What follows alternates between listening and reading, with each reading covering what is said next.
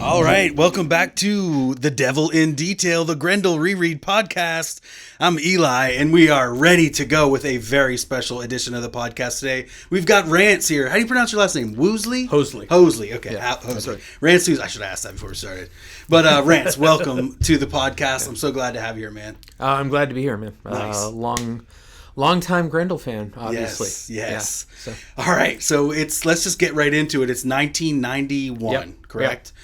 So, and you probably started even planning before 1991. So let me know, like, how did this start? How did this all start for you? So, as Matt has said multiple times, I am a very ambitious person. I was a very, very ambitious, hustling kind of young man. Yes. So, Grendel was one of those pivotal books, even for me more than Mage, where I was like, oh, like I had kind of, when I'd gone to art school, I'd kind of given up on comics, and then I became aware of indie comics, and I was like, oh my God, there's all these things that you can do. Yeah. And the thing that I loved about Grendel is that it kind of reminded me of the myths that I loved when I first got turned on to superheroes, right? Yeah. But it felt like a more thoughtful way of approaching it. Yeah. So that it wasn't just like, might makes right, and it was more of the complexity of power, the flawed nature of being human and trying to do something against odds, and how anger can overtake you, and all of these things, right? Absolutely. So I really, really became kind of obsessed with it, and then I had gone back to art. I had dropped out of art school, went back to regular college at Washington State University. The first year that I went back, I was living with my friend Kathy Sprague, who ran and still runs Safari Pearl Comics in Moscow, Idaho, which is like a 6-mile drive from Washington State University. And she was like, "Oh, well, you can stay in one of the rooms in the Big Blue bookstore."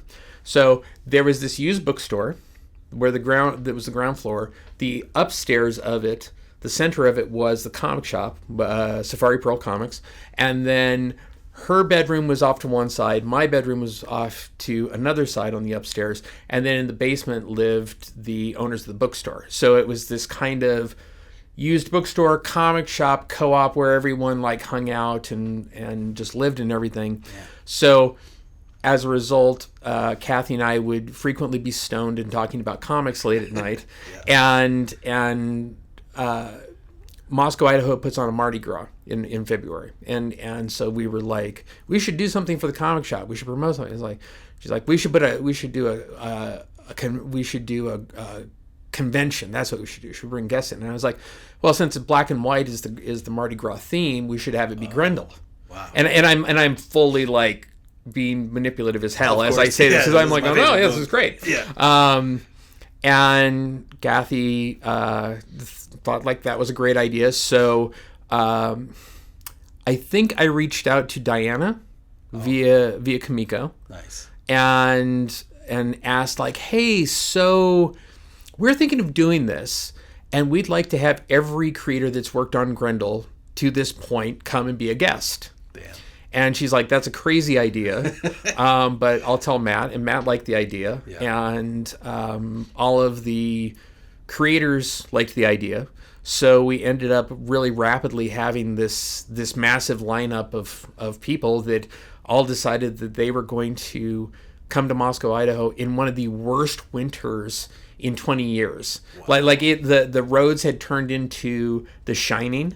Oh yeah. With like that so the hedgerow scene. So you have these snow berms that are 3.5-4 feet high on the roads, and people can't drive. Damn. So all of the people that we thought would come in from Seattle and from Spokane for the convention didn't. We still had a really decent turnout, all considered, but like we were expecting like hundreds and hundreds and hundreds of people, and instead it was maybe hundreds. Okay. But we had a phenomenal time, and that's where I met Matt for the first time in person. Bernie, obviously, John K. Snyder, Tim Sale, Justin Hampton, and a bunch of the, like Stan Shaw, a bunch of the Seattle indie comics contingent came over. Wow. And Bob Schreck, I met Shannon Stewart, I think came from Georgia. Wow. For this convention because he was such a Grendel head. So yeah, he still is, I think. Yeah. So it ended up being this very like cool, intimate, powerful thing where everyone just got to like hang out and talk and like really. It reminded me in a lot of ways of like the best of the early years of San Diego Comic-Con when I went, because you could end up like actually bumping into someone and having a discussion that led to a lifetime relationship. Yeah, so that's amazing. The hustle and the ambition of it led to, I think, something really wonderful. Yeah, and so that's all the people that were there. It was like John K. Snyder. Anyone else like? And Bernie was there. Bernie Mireault. The Panda brothers were supposed to come, and then because of the snow, they couldn't get there. Yeah. And we had talked to James Robinson, who was doing, I think, the first Grendel tale at that point. Or like Matt knew he was going to do it, but he hadn't done it yet. Yeah. So we thought that would be cool to have him come, and that would be the announcement. And ended up not working because I don't remember if he was still in England at the time or if he was in the process of moving over. But like the logistics ended up just didn't work. Not happening. But yeah, and unfortunately, Joe Matt decided he did not want to go. We're like, come on. He's like, I'm not going to Idaho. What? That's crazy. Yeah, that's absolutely insane. Like, come on, it'll be great. It'll be great. So. Man, it just seems like it was such an amazing time. So let's kind of like roll through the day too. So it opened up, and it was just at the comic shop there too. No, so we actually there was a convention center hotel that was like a half block away from the comic shop. Perfect. So we had that, and there were dealers, and we had panels and sketching, and we did a featured spotlight in each one of the creators so that the fans could just like talk with them and ask them questions and that, and not feel like, oh my God, I can't go up to them in person and say these things. Bernie got in a day and a half early because he was coming in from Montreal. Right. And because of connecting flights, he couldn't come into the Moscow Pullman airport. So he ended up flying into the Lewiston, Idaho airport, which is next to where my mom lives. So I picked Bernie up from the Lewiston airport. He spent the first night at my mom's, and we, I'm sure, drove my mother absolutely insane because we would hang out in the backyard and chain smoke and talk about comics and art and music and everything until the wee hours. And I really... I did not have a great childhood growing up in the area because it's Idaho is gorgeous, but like there's a lot of people that, especially at the time pre-internet, that were not. And I don't mean in terms of physical appearance. I mean in terms of their, how they treat people, how they look at anyone who's different, and all that kind of thing. Yeah. And so I'm really grateful to Bernie because as we're driving up to Moscow, and we're going through these fields that have been transformed with snow, and there's all of these beautiful old buildings and stuff. And all I saw is the childhood association of it, right? That this is redneckery, writ large and oppressive and all of these things. And Bernie was just like, this is just so beautiful. This is so beautiful. Look at this. Just look at the complexity of like white. How many different tones of white are just around us? Wow. And it was fantastic because it was seeing it through his eyes made me really appreciate like what the intrinsic beauty was in the area. Right. So, and it was also like almost completely changed because of the snow. It was like someplace you knew, but visually was completely different. Right. Wow. Yeah. So, That's beautiful. Shout out to Bernie for that. Yes. We miss you, man. Yeah. And like the entire thing, like Bernie was like so great at teaching like that it's okay to be on the hustle, but that doesn't mean that you have to like be inhumane in it. Right. Absolutely. Like he was always very loving and patient and considerate, and there would be times where all of us were gathering after the activities for the con, and we'd all be like heading out to go to a bar or something like that, or going off to go smoke weed or whatever, and he'd notice that some fan wasn't there. Right, and that he had connected with, and he's like, oh well, hang on, so and so's going to come with us, and we have to wait for them, and there was none of the whole like, well, it's this group and like everyone else is like you're fine, like he was so open and so egalitarian and so considerate in that, and it was pretty phenomenal. So that's amazing. Yeah, Bernie, on all accounts, and every time I spoke with him, was just an absolutely amazing visionary guy. That's so good to hear. Yeah. And all of the creators, now I heard through interviewing other guys too, they had talked about like they hadn't really even met each other all in person. Which I didn't realize either, because like I think there's this kind of fan mythos thing that you have in your head that like Colleen Doran puts it really well, that there's this illusion that if you're in comics, it's all just this big clubhouse and you all just hang out all the time. The right? bullpen or something. And even if you work with someone on a book, you're like, oh, you just hang out, right? Yeah. Or that you've met like a ton of times, you're pals and that. And there are people that, you know, you can work with on an entire run of a book and you will never talk to them even on the phone. Yeah. Right. Yeah. And that it's just an exchange of letters, you know, in the old days, or email now. Yeah. So, yeah. Or in some cases, if you have an agent, you're not even having direct contact with them. That's so right, it's so it was really cool to like see everyone like getting to discover each other for the first time. Like Matt and Bernie obviously knew each other because they had been in Montreal and had the whole like hangout with Joe Matt and all of that stuff. Yeah. But I don't think that met John K. Snyder before. I think he'd met Tim Sale, but this is pre Matt moving to Portland, so they weren't they weren't as close as they were, right? Matt was still in Montreal. He came down from Montreal, or he came from? He was in the process of moving to San Jose at the time. Oh, okay. So, and I don't know if he was still in Canada at that point, or if that was. I know within a couple of years he was in San Jose because I stopped in on a trip down through there at his place in San Jose. But cool.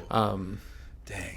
But that was like one of the really delightful things, was like getting to see everyone have FaceTime with each other, get to know each other, and really like express their appreciation to each other, right? Yeah. Because it's also the thing, I think, if you work on a run of a book, right, and there's other artists that are before you. There's this concern of like, oh, like Bernie said this a lot, that like he felt like, you know, what am I doing, like stumbling in here after the Panda Brothers, right? Because they have this beautiful clean line stuff, and everyone's gonna like hate my stuff, and across the board everyone's like, oh no, my God, like we love your run on this stuff, you know? Yeah.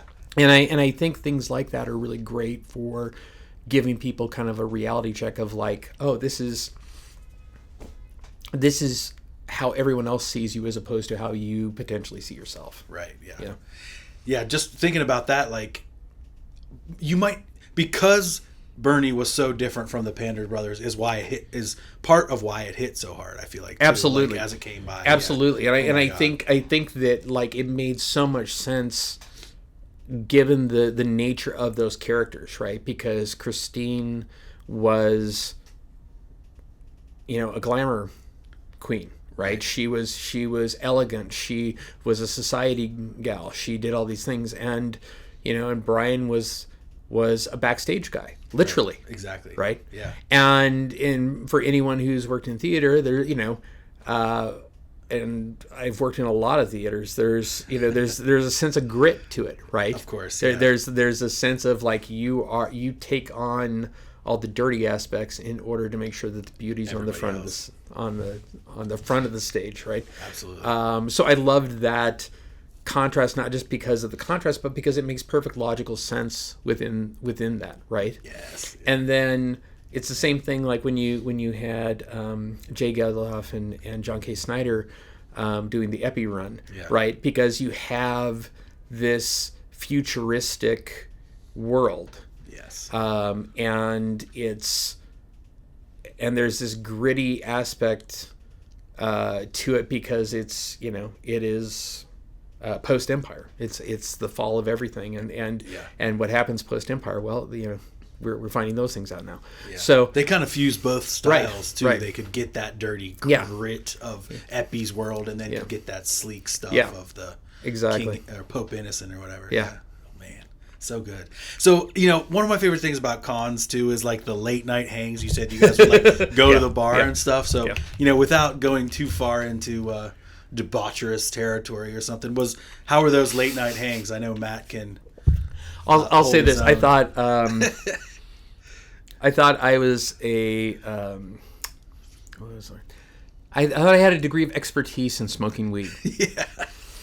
And Kathy, I don't know who she scored from because this is obviously pre-weed being legal. Sure. But she scored weed from someone. She's like, "Oh, this is really good," and I'm like, "Okay." Yeah. And Matt powered down an entire joint and was just completely unfazed. And I powered down 3 hits, and I was like, I'm going to go fall in a coma now. And because we were smoking out in the comic shop, I went into my room and just kind of like laid on the bed for a while because I was like, this is going to end horribly. Yeah. And Matt was just back out on the floor signing books. So I'll say this. There are only 3 people I know who can smoke heroic amounts of weed, and it does not affect their productivity or their lucidity or their acuity at all. Yeah. And Matt Wagner is one of them. Yeah. Dave Sim is another one. Oh, really? Like when Dave was smoking weed, like it was the most amazing thing. Like you're just like, you just smoked 4 joints in a row, and he's still talking in hyper detail about all these things, right? So it's a very special mind that can do that. I do not have that mind. I don't either. No. So it was those hyper creative minds. These guys are creating worlds and stuff inside of their head. They have a special mind's eye, I think. Yeah, exactly. So you guys went to the bar. Was some of the other guys too? Were they hanging? And So were they like? Would they talk business, or would it be just like talking comics and music? It was a lot of just talking about art in general and music more than comics. Like there Grendel. There really wasn't a lot of talk about Grendel specifically because it was all talking about, like, the Grendel thing was more talking about what influences everyone was bringing to it individually. Oh, cool. Right? Like Bernie was talking a lot about Kirby, how he was kind of looking at Kirby's romance comics for when he was doing Grendel, right? And I remember Tim was talking about was it Hugo Pratt? Like he and Matt would go on these spiels about European comics, and it was interesting because it's like I was very dismissive of artists like Frank Robbins when I was younger because I was like, this is sloppy and as a kid who grew up with John Byrne and Michael Golden, right? Like I want perfection and control and refinement and all this, and so whether it was Frank Robbins or whether it was Joe Kubert, right? Mm-hmm. Something that's looser, something that is more kinetic. Like my trashy youth culture just could not wrap around it. But it was cool because, like, especially with Matt and Tim, like there was a lot of things of like they would bring out artists that I had never heard of before, and like we'd be going through graphic novels that they had brought with them and talking about the art styles and like look at the placement of black and stuff like that. And Yeah. it's just like and it's great because you start thinking about things from a different angle, whether it's a design standpoint of like how you use a stark moment of black to move the eye through a page, right? Or how you use drawing detail in one section and leaving everything else just as a binary black and white knockout, how the human mind will fill in everything else in the same way that you fill in the details between panels, right? Yeah. So there was a lot of that kind of discussion. And it was like, it was a whole lot of me like sitting around and listening to like, yep, okay. This is awesome. This is cool. Teach me, like, everything. So it's a whole different world when you go from being someone that kind of enjoys and appreciates comics on your own, to meeting other people who not only like comics but make comics, and especially on a level like those guys. And you see how they're talking about comics, and it's like a whole different way. I remember that because I started making comics when I didn't know enough about them to really think about how the eye but everyone is does. Everyone does. Right. Like everyone who is the consolation that anyone can take is that everyone does that as a professional. Right. Like you look at your first pages that you do, and you're just like, oh my God, this is horrible. You lunatic! What were you doing? But you got to start somewhere. Right. And then once you start talking to people like that, you're like, holy shit, this is amazing. Well, and I think that's the thing that I in my day job as editor-in-chief of Z2 that I see a lot of, and that makes me sad, is that I see a lot of real aggressive competence in comic artists now. Interesting. Explain what you mean by that. So we're talking about like making these horrific mistakes, right? But that's how you learn, right? Like people in the, like, whether or not you like hair metal from the 80s, right? Hair metal from the 80s emerged because you had an entire generation of kids that was blown away by Eddie Van Halen and wanted to figure out, how the hell do I get that sound? Right? And no one could do it, but in the process of trying to figure it out, they'd be like, oh, that isn't it, but that's cool. That's cool too. And that's mine.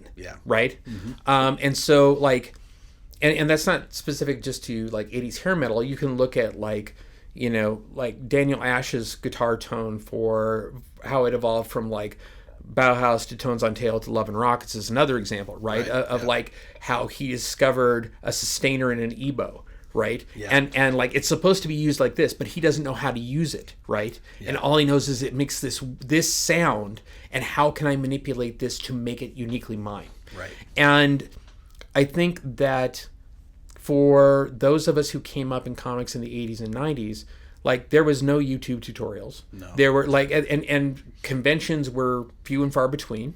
Right. You just had that VHS of Stan Lee's How to Make Comics or whatever. If you were lucky. If you were lucky. Right. And so you would end up doing a story, and maybe you'd travel the 400, 500 miles, whatever, to the local city to go to a convention, and you'd see some third stringer who had worked on like some fill-in issue of DC's Finest or whatever, and then they would tell you, well, you need to start inking with a brush, right? And you're like, and like, I don't know what I'm doing. So, but like in the process, you'd get nuggets of gold, which you would then try and incorporate in, and that's how your individual style develops. That's how, like, from Neil Adams, you get not only John Byrne, you get Michael Golden, you get all of these people, you get Bill Sienkiewicz, right? You get all of these people that started out like, oh my God, that's amazing. And in the process of trying to figure out, how do I draw like that, they figured out how to draw like themselves. Exactly. But we have, at this point, a decade plus of YouTube tutorials who show you exactly how to color a comic to get this style, how to ink a comic to get this style, right? Yes. And so there's none of the happy accidents that occur in the process. Right. So all of it is very competent, but there's no magic to it. Yes. Yeah. Right?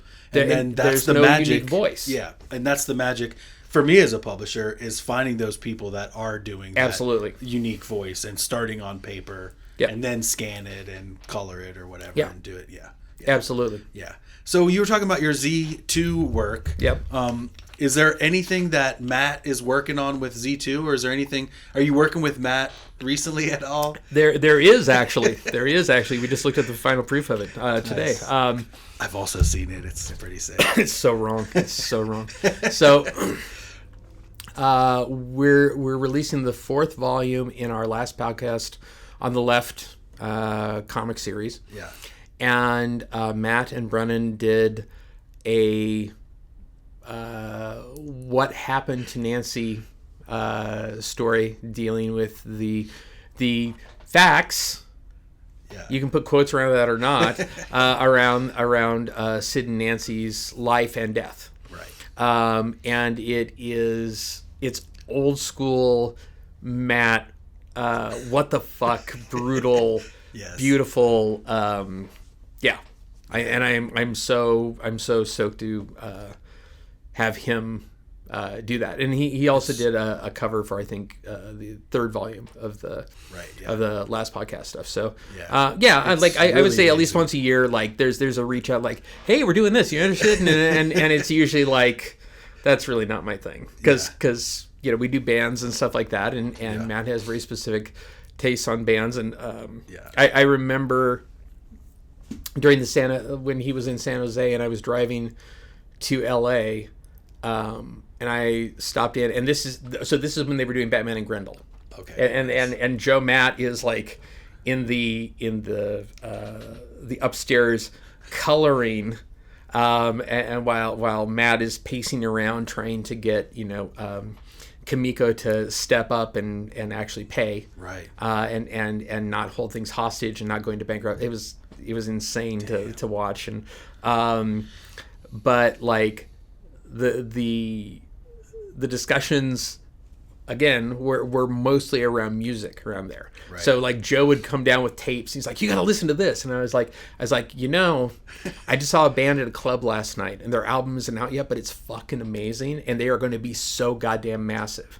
And Matt and Joe asked what the name was, and I said it's 9 Inch Nails. What? Wow. Like they are going to be incredibly huge, and so we talked about that, and we talked about Jane's Addiction, and that's so sick. And at the time of GrendelCon, Matt, it was really like we were talking a lot about hip hop, like Public Enemy and NWA and stuff like that, and he was really finding that interesting in terms of the power. Like and like how do you get what's the comic answer of that? Oh, interesting. Right? Yeah. Like what is the comic equivalent of doing that, of bringing something powerful and culturally specific to an art form that hasn't been done before? Wow. So damn, I'd say he did that, but I never would have maybe looked at it through that lens. Well, but it's for me, the thing that was great about GrendelCon was the thing of seeing the filtering process, right? Of like how these artists whose work I loved were impacted by different things, and how that became the juice to result in this. Yes. Right? Yeah. Like Bernie, like, and I talked at length about the Jam, because I actually discovered the Jam before I discovered Grendel. Oh wow. And Bernie was actually my gateway into Grendel. Oh, that's because cool. I got the full color turbo Adventure from Hell. Yes. And I was like, this is fucking nuts. It's I'm like, so sick. And I said to Kathy, I'm like, has this guy done anything else? And she's like, he did Grendel. And I'm like, oh yeah, because she kept telling me that I needed to check out Grendel. So then I checked out Grendel. I was like, oh my god, all right, well, now we're on the road. That's pretty amazing. Yeah. That I find that when I talk to a lot of people who like Bernie or who are big Bernie fans, that's the book that like hooked them. Like I spoken with Mike Allred, and he said that's like one of his favorite books, and it was such a big inspiration. I'm like, that book is so good. I think I spent the last 3 years of Bernie's life trying to get a studio interested in a TV series of it. Really? Because to me, like, and this is sadly before Ted Lasso broke, because I think if it would have happened after Ted Lasso, there would have been a perfect comp. It would have been, this is the Ted Lasso of superheroes. Oh wow, yeah. Because that's what it is. Yeah. It's not like they always wanted to know, like, wait, so he doesn't actually have powers? Wait, so he's just running around in a sweatshirt? Is this what's really happening? Right? Like, why is this good? And it's like, because it's like, it reminds you of everything that is good about being human. Yeah. And including the bad stuff, right? Including the like, you look at his ostensibly the Jam graphic novel To Get Her, right? Right. And it's a heartbreaking book because it's Bernie processing his divorce. Yeah. But it's also just it never despairs, and it never becomes maudlin or like, well, life isn't worth going on. It's like, it's recognizing that, life is heartbreaking at times, but there's still beauty if you're choosing to find it, right? Yeah, like the perfect fucking line is in the end of the slave labor graphics run, where the devil comes down and is just like, you're insane. There's carnage, there's death, there's hatred, there's murder, there's rape, there's all these things, and it's like, what can you be so happy about? And he's like, but it's not here. Yeah. And that was the like to me, that's perfectly it. Yeah. That's perfectly it. Yeah. It's like an aggressive positivity. Right. The superpower is positivity. Right. But it's also, it's not in denial of reality. Right. It lives within it. It's so despite his reality. It's right. Like, yeah. So I think that it's kind of funny that for a lot of people, like, Bernie is they associate him with Grendel rather than the Jam, and like, Grendel as a theme could not be more anti the Jam, right? Agreed. Because it's about, it's the darkest parts of us. It's the things that in an interview a long time ago, Matt put it that, it's aggression, and aggression is the thing that pushes us forward as beings, because we aggressively want more, we want to do better. Mm-hmm. But there's also, like, we've seen a lot lately, that aggression unchecked can be a black hole that devours everything. Yeah. Oh my God. I pitched when Matt said he was going to do Grendel Tales. I pitched him and Diana a story, which they did not take me up on. And I will say this in hindsight, rightfully so. Yeah. Because I ran across the pitch materials in my storage box like 5 years ago, and I was like, oh my God. I wanted to apologize to both of them and just like, oh, this is so not good. Like, you want to talk about it? What was it about? So it was basically a rock and roll Grendel kind of thing, in which there was this guy who was part of, and this is post Orion, right? So this is the Grendel cadre and core and all of this stuff, and that he was the rock star Grendel, right? Damn. And the Emperor, wanted him to perform, and he kind of had contempt for it, but it's like, it's also this job. And then he fell in love with this girl who was kept within the Emperor's clutches, and realizing that there's no way out for either of them, he literally brings the house down at this big celebratory concert for the Emperor, and like cues it so that on the final moment, like, the entire arena explodes and everyone dies. And oh my God, that sounds sick. It might have been okay in execution with someone better, but I was like, no. Looking at it now, I'm just like, that's. But one thing we didn't see much of in that Grendel was music. Yeah. Well, it's interesting because of GrendelCon, a lot of people knew that Kathy and I were very into Grendel, and then I kind of like, I hadn't really questioned like the good or the bad of Grendel, right? This is just character, right?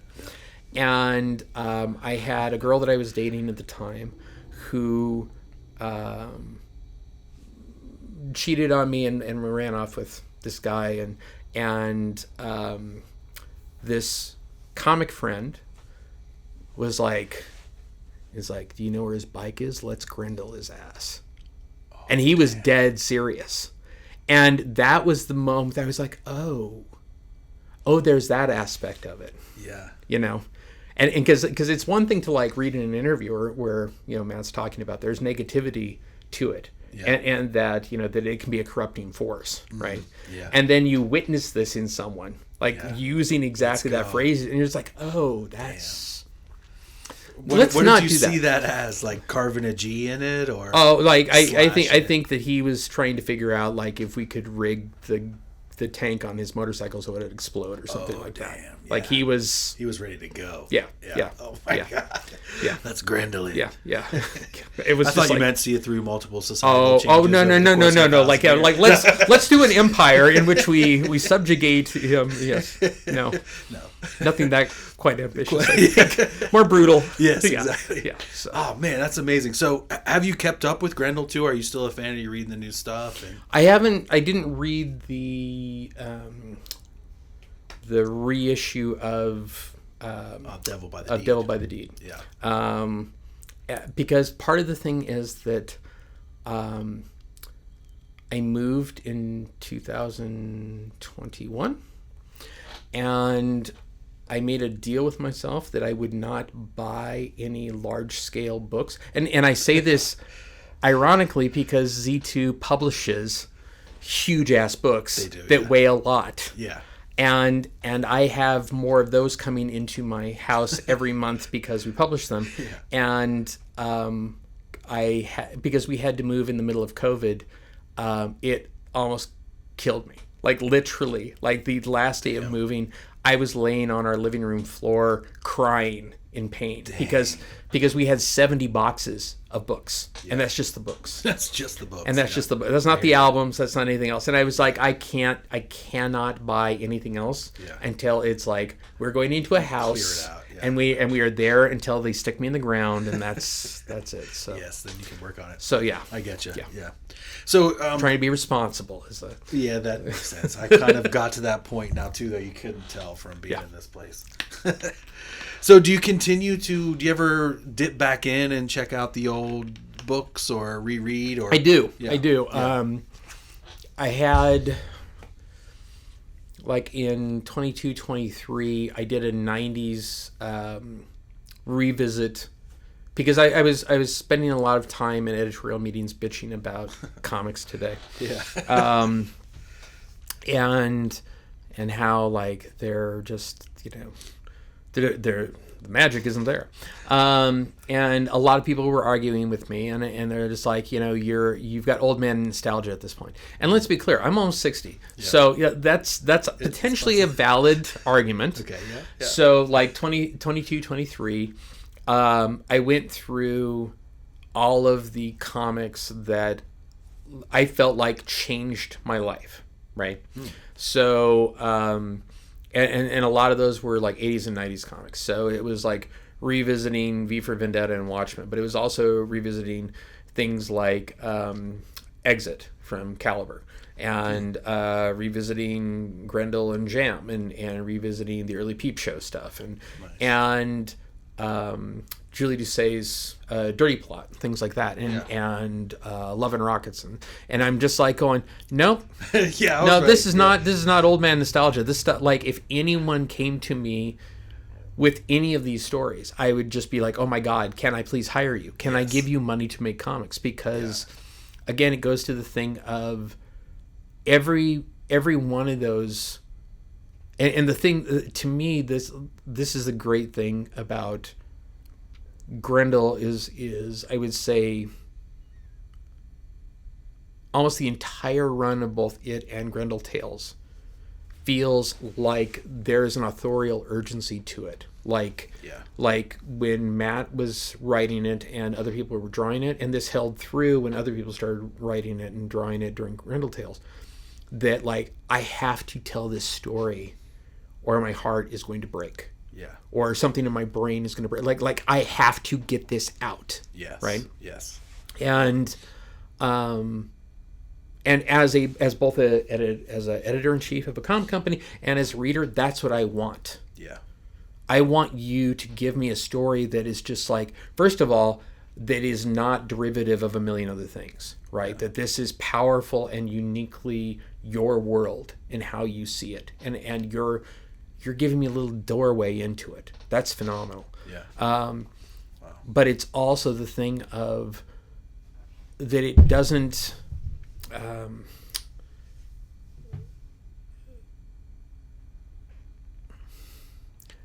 The problem with being a professional writer, this is true for me with both film, television, comics, is that too often I can go, by the time I'm a third way into it, I'm like, I know how this ends. Yeah. And most of the time I'm right, and I hate that. Yeah. I want, if anyone out there does improv, the thing with improv is never go with the first answer. Yeah. Never go with the obvious joke, sure. Right? Yeah. And I think that we'll go back to my Grendel pitch, right? Yeah. My problem with the Grendel pitch that I did in hindsight is all of it is obvious. Yeah. Like the premise of having a rocker who is decadent and who is the mirror of a decadent emperor, and who then has to make a moral choice that involves self-sacrifice, that at its core is an interesting theme. But like how that theme got delivered in terms of a narrative, like, no, this is fucking obvious and straightforward, and like, okay, yeah. And I want surprises. I want, like, please give me something that I don't see coming. Yeah. Like the thing I fucking loved about the Snyder Geldof run, right? Yeah. Was when it's like, oh my God, the Pope reveal on it is just like, and I was like, I did not see that coming. No. Holy shit! Yeah. Holy shit! What the fuck? Yeah. What? Yes. What? Yes. Oh my God! Like that's magic. Yeah, absolutely. That is almost 100. That's like what, 40 comics to get to that point where there's a reveal that is just like, you have not seen this character of consequence since the very first run. A very long time ago. Yeah. And I love that. Yeah, it's so good. And I think that goes, like, all those Grendel tales, like you were saying, and right now on the cast, we're in the Edwin Vukovic, Darko Makan era. Yeah. And the Devil's Choice is, this one. And it is, I mean, they're so good. Yeah. And these guys, like you're saying, it seems like, they sent in that pitch, and they couldn't help but get that story out, and it was delivered, fully made, and they're like, let's do more. And so they're telling this tale from their world that we can't even comprehend. It's like, also like, part of it comes from who they are, right? Yeah, exactly. But it's like, the thing that was mind-blowing to me is that it felt like, oh, this is like a Kieslowski Grendel. Yes. Right. This is an Eastern Bloc Grendel story, right? Exactly. And you don't feel like, and I say this with the caveat that Ronin is my favorite Frank Miller's work of all time. It's not like Ronin where like this is an invented thing, right? All of the social constructs in here are entirely invented. They are derived from things, but like this is not lived experience, right? Yeah. Like their run feels like lived experience. Oh my God, yes. It feels like extracted from like a half step away from it. Yes, exactly. And through this lens of Grendel, but it's like exactly so much. Well, and I think that's, to me, that's the power of genre, right? Is that genre, if it's done right, can be the mirror that holds up to society and says, hey, I'm gonna address this issue. Yeah. Whether it's racism, or whether it's overpopulation, or any of these things, and I'm going to do it through this lens, so you know that, so that you feel safe, and you know I'm not criticizing you as an individual or your political beliefs or your party or any of that shit. Yeah. I'm simply saying this is an issue. How do we deal with this, right? And or I may not even be saying it that blatantly, right? To where it's like, look, these people have this problem. Yeah. You know. Wow.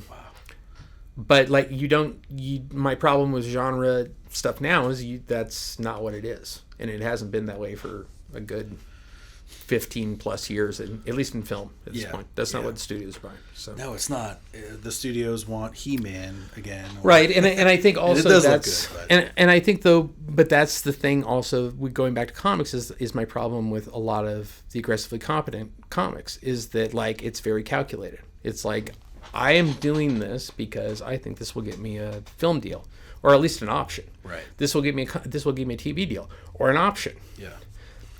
I'm here to tell you, option money isn't good anymore. Yeah, most you're going to get maybe $2,500. Don't do it. Tell a good story instead, because then they'll give you more money also. Exactly. When it's irresistible. Exactly. It has to be undeniable. That's the thing too. Well, and if you get the option now, you could even film the whole show, and not even come out like the Grendel show. Well, look at Grendel. We have an entire season, season, and it's like nope.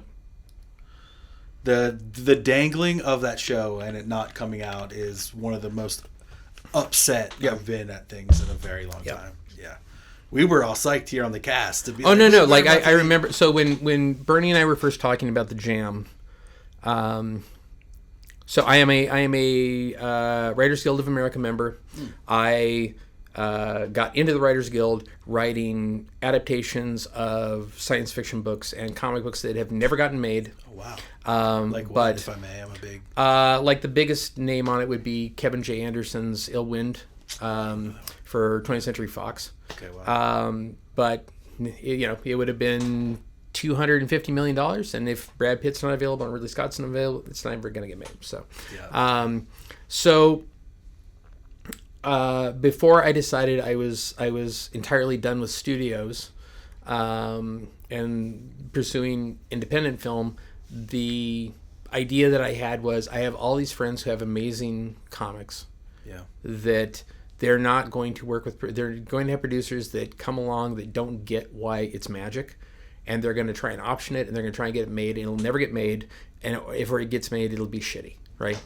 So I went to people like Bernie. I went to people like Carla Speed McNeil. Talked to her about Finder. I talked with Matt about Grendel and Mage. Yeah. And I think at the time, Grendel was optioned, but Mage was not.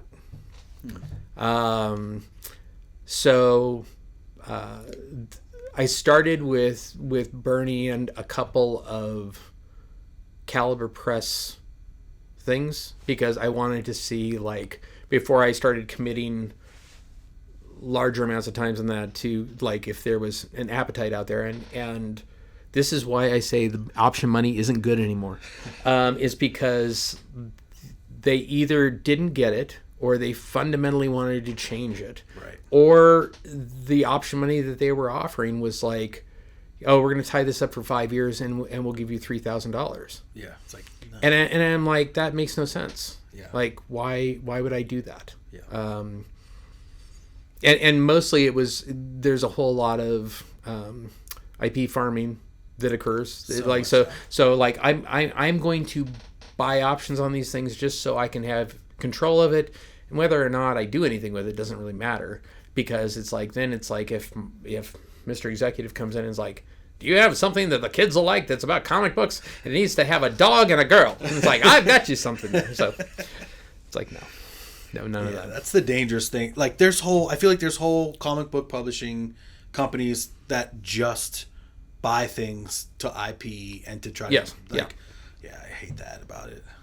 Yeah, that's like the opposite of what we try to do. I'm like, don't even think about this as an IP. Like you said, you got to write a good story, write your good story, and if something happens, something's going to happen. But I mean, the advantage, it's not even worth it now. It feels like it's not. The advantage that I have in my comic job is that the IP is the band, right?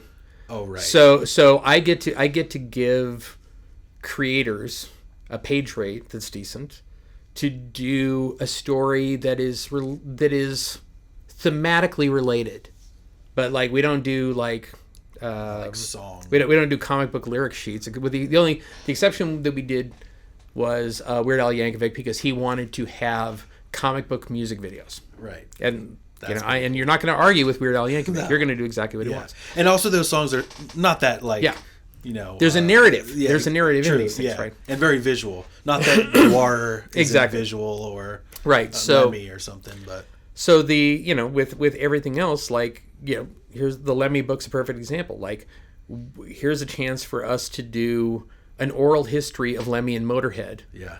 And I get to have John Burgeon drawing a story being told by Michael Moorcock about when they were in Hawkwind together.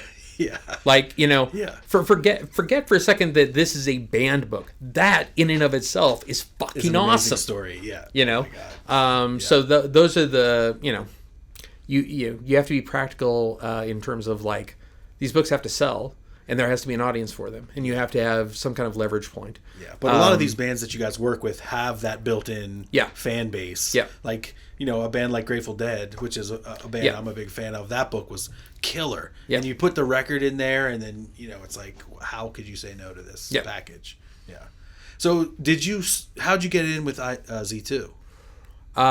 So I, 17 years ago, what is it?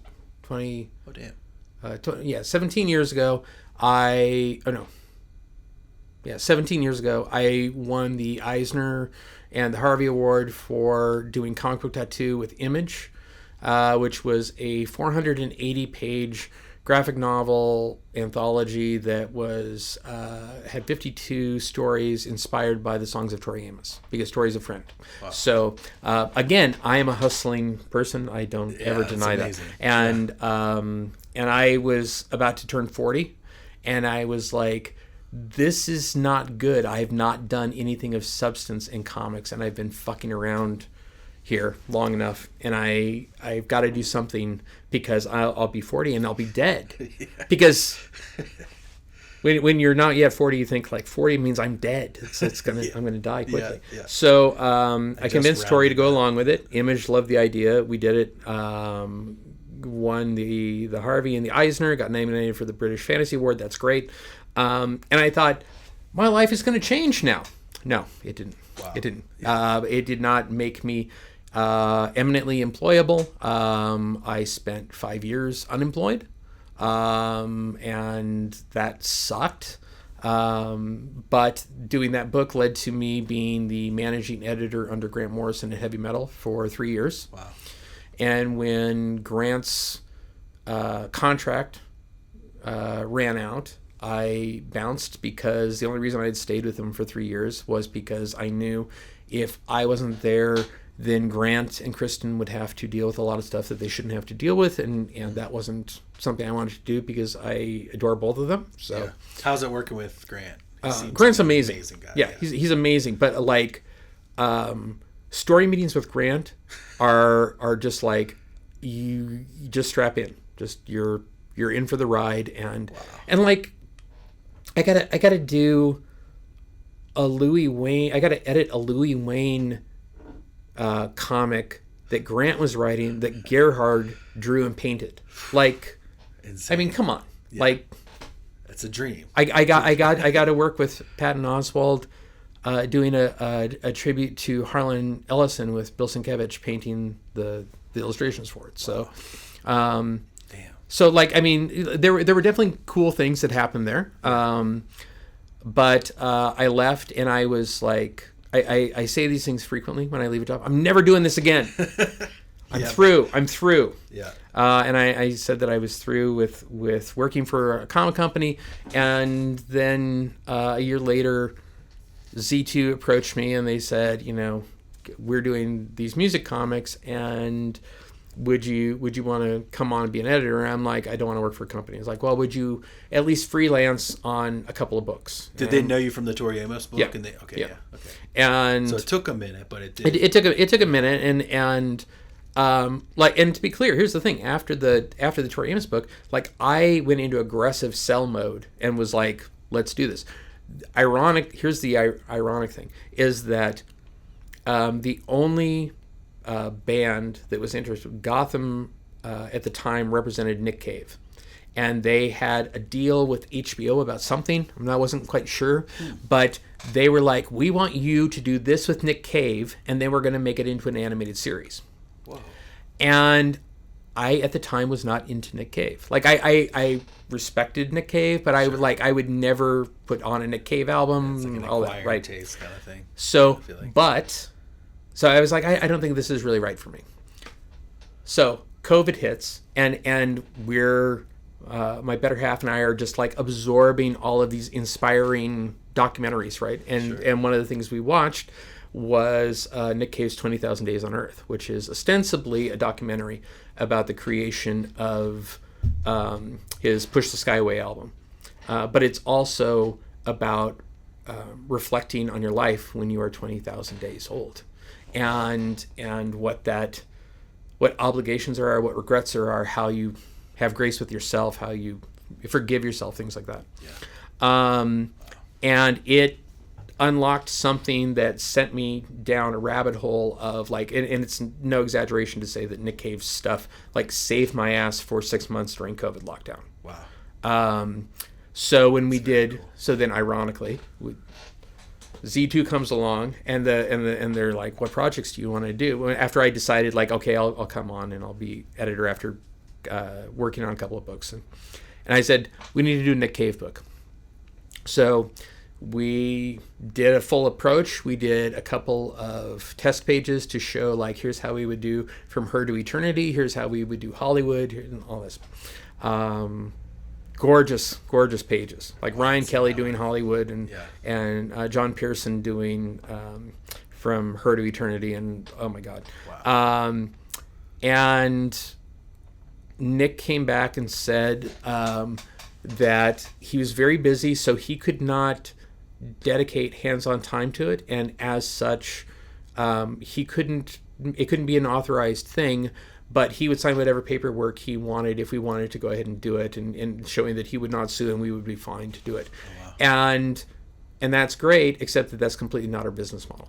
Like, our business model is that it's a partnership, and so I really appreciate, Nick, if for any chance you're listening to the Grendel, I appreciate that. Yeah. But like someday, that's awesome. That's the holy grail chasing thing of someday. Yeah. So that's amazing. So, taking it all back to the Grendel Fest, like what did you take away from that?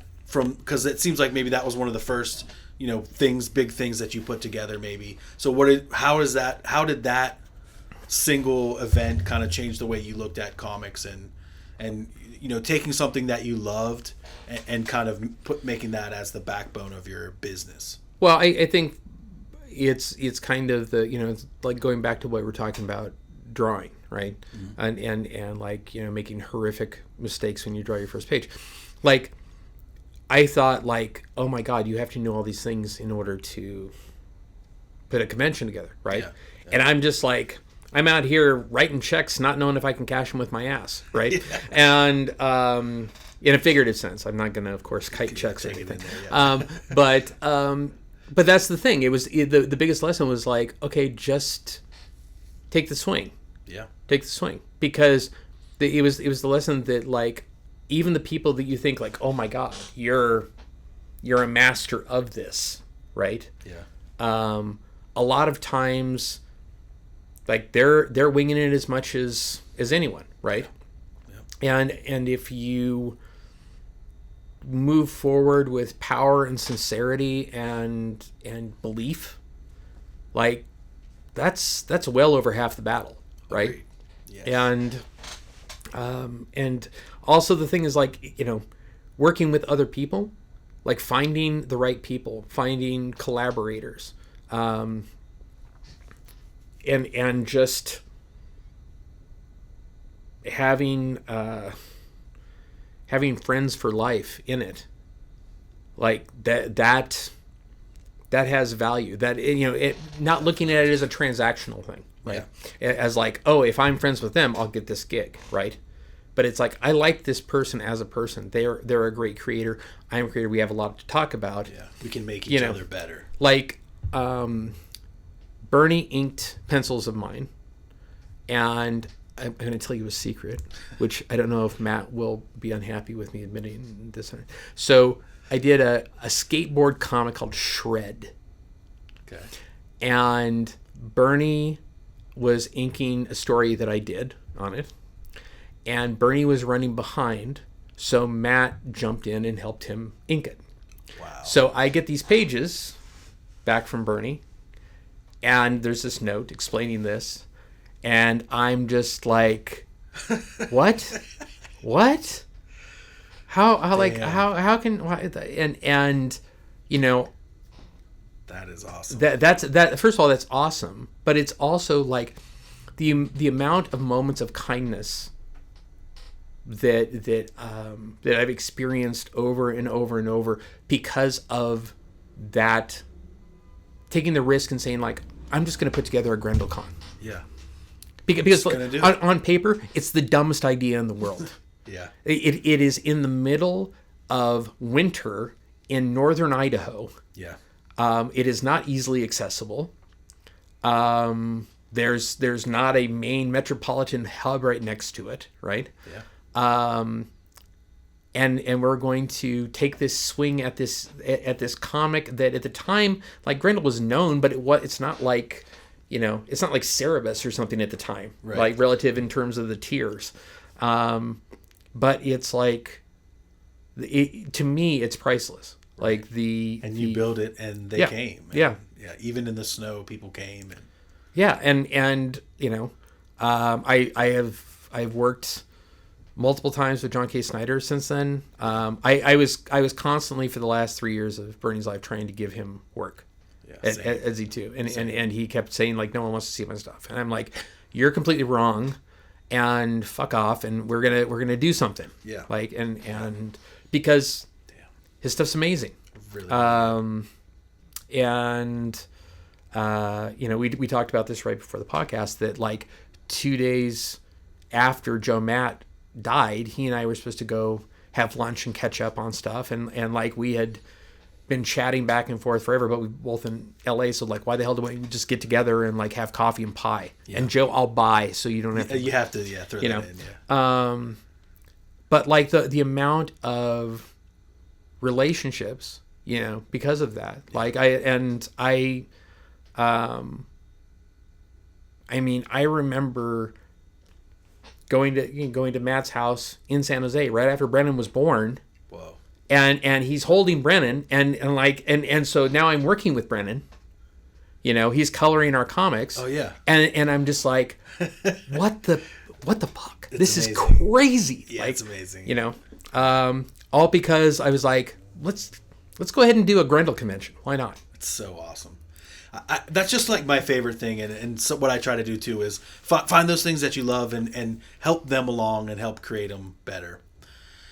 All right, so as we're winding down here, let's get to the plugs portion of the event. So is there anything? I have no plugs. I have no plugs. All right. No, well, maybe okay, so let's see. You can go to z2comics.com. Yeah. We have a lovely book that David Desmalchian did with Cat Staggs and David Mack called Through that I highly recommend. Oh, wow. The reason I'm having to bounce out of here is because we're doing a signing for our new Blues Brothers graphic novel, The Escape of Juliet Jake, which I think is Dan Aykroyd says that it is the logical sequel to the movie. That's amazing. So there's that.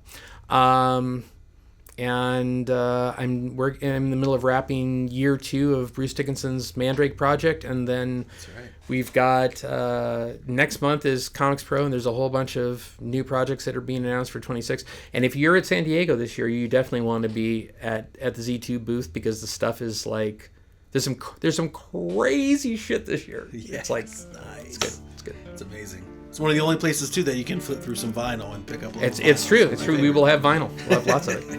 All right. Thank you again so much for being here. Absolutely. It's my pleasure. All right. And with that, we'll say what we always say, Vivat Grendel, and keep on Grendelin'.